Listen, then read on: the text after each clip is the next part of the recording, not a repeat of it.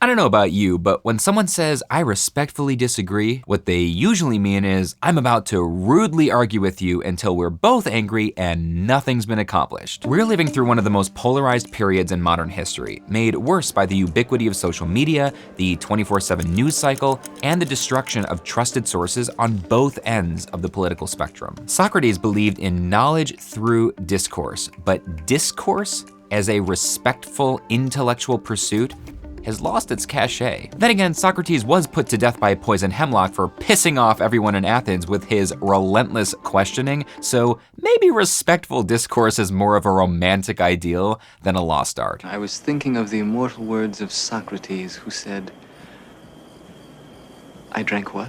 Still, I don't remember conversations being so tricky to navigate, disagreements so volatile, until just a few years ago. Which brings up the point of this video. Is it still possible to respectfully disagree?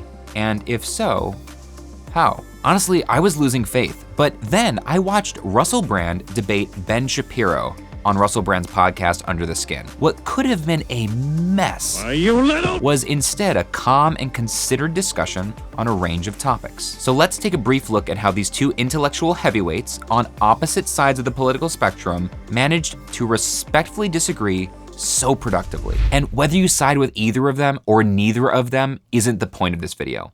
I'm interested in their conversational strategies, not their content. Let's call this first section, Hey Look, an elephant. If you know you are going to disagree with someone, address it head on. Russell Brand invited Ben Shapiro onto his podcast.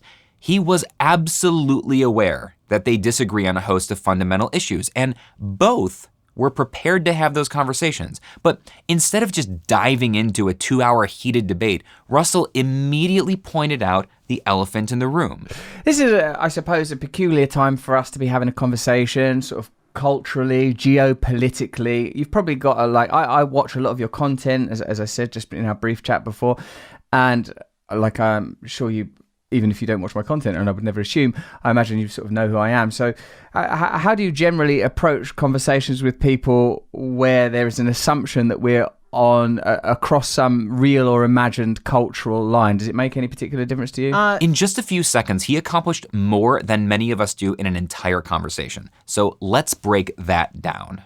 Technique number 1, affect gratitude. The first thing Russell Brand said was, I watch a lot of your content. Brand knows that one of the highest compliments you can offer a content creator is that you watch, read, or listen to their work. Attention is an increasingly scarce commodity, so Russell Brand puts Ben Shapiro in a place of gratitude by implying that his content is worth his attention. Whether Brand agrees with Shapiro's content or not isn't the point of this technique. He's merely saying to him, your content is worth my attention. That inspires gratitude. Technique number 2, display humility.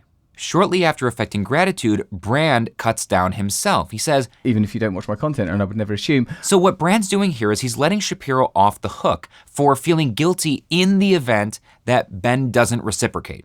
In other words, Ben Shapiro may not watch Russell Brand's content, and Brand wants Shapiro to know he doesn't need to feel bad about it or defend himself. So very quickly, what Brand has done so far is to put Shapiro at ease with a combination of compliments and humility. But what he does next is truly exceptional. Technique 3, set the tone. Listen to the question Brand asks. How do you generally approach conversations with people where there is an assumption that we're on across some real or imagined cultural line? Does it make any particular difference to you? There's the elephant. Brand points out the huge, obvious behemoth sitting between them. He calls it out and then directly asks Shapiro how he likes to approach these situations. What Russell Brand is doing here is world-class perspective getting. If you've watched my speeches, listened to my podcast, or read my book, you have heard me talk about perspective taking, which is the ability to see the world from the point of view of another person. The problem is when we try to take someone's perspective by simply imagining things from their point of view. Now, that's a useful creative exercise, but it often leads us astray because we are not, in fact, mind readers. I'm going to read your thoughts. A far better approach might be called perspective getting, which is simply asking someone to describe their perspective to you. I recently spoke with Dr. Caitlin O'Connell, a renowned expert on animal rituals, on my podcast Beyond Networking. Dr. O'Connell described how elephants will place their trunk, their most vulnerable asset, in each other's mouths. That's a very trusting thing because the other elephant could bite their very sensitive trunk. So that trusting behavior is something that's very ritualized and it's a very reverent thing. Russell Brand is about to spend 2 hours debating controversial topics that he and Ben knowingly disagree on. But by asking Shapiro how he'd like to have that debate, Brand places his trunk in Ben's mouth. It was a masterstroke. The second section of this video is called Seeking Out Shared Beliefs. Lately, it seems no one can agree on anything, no matter how big or small. But the truth is, even your worst enemy probably shares more common beliefs and attitudes with you than not. I think of my friend Ami Dar, the founder and executive director of Idealist.org, describing his teen years in the Israeli army. One day he was stationed alone in a watchtower observing Syrian soldiers across the fence. Here's how Ami described it. And I don't know if the Syrian soldiers in the distance in this valley, they had a few hours off and they were playing soccer. I could even hear some laughter coming up sort of across the mountain. And there was something in that moment that completely humanized them in my eyes. And this is, again, hard to explain if you haven't been there, although right now we're all so polarized that maybe this makes more sense. When you grow up in a conflict zone or in a polarized society, it's very natural to dehumanize the other side. If you saw them as human as you are, it'd be very hard to fight them. You can fight them because they're not exactly human. And suddenly I have this flash and I think, wait a second. If I want to join them now, there would also be some guys there that might share their socks with me and some others that wouldn't. There might also be the same kind of good guys and not that I have in my unit. And in that sense, this whole fence between us is running the wrong way. Debates tend to center around one tiny area of human experience, which we magnify and extrapolate from until we're blue in the face.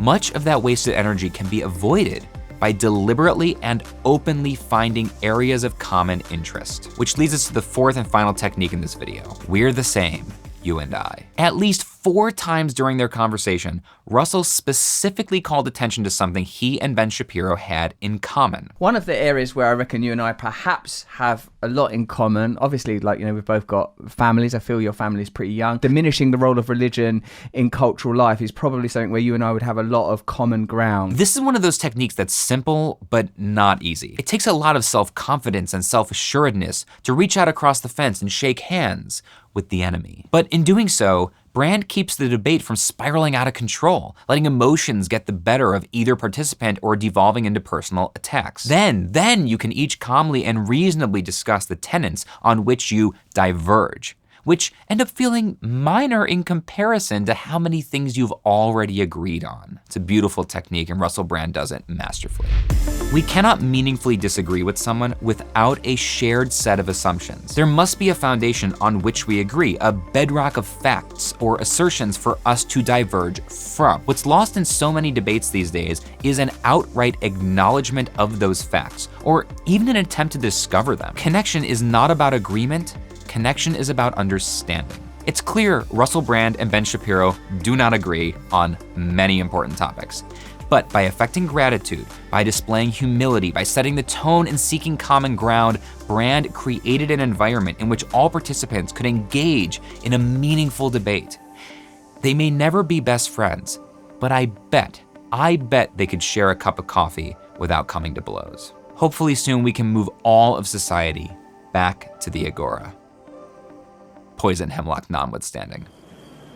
I drank what? If you want to stop cringing and start connecting, I've got an incredible resource for you. 7 ways to talk to anyone without looking like an idiot. You can grab it for free right here at softskillsarehard.com. What topics do you want to hear me discuss? What questions do you have about human connection? Put those in the comments down below. If you found this useful, hit the like button, subscribe for more content, and I will see you in the next video.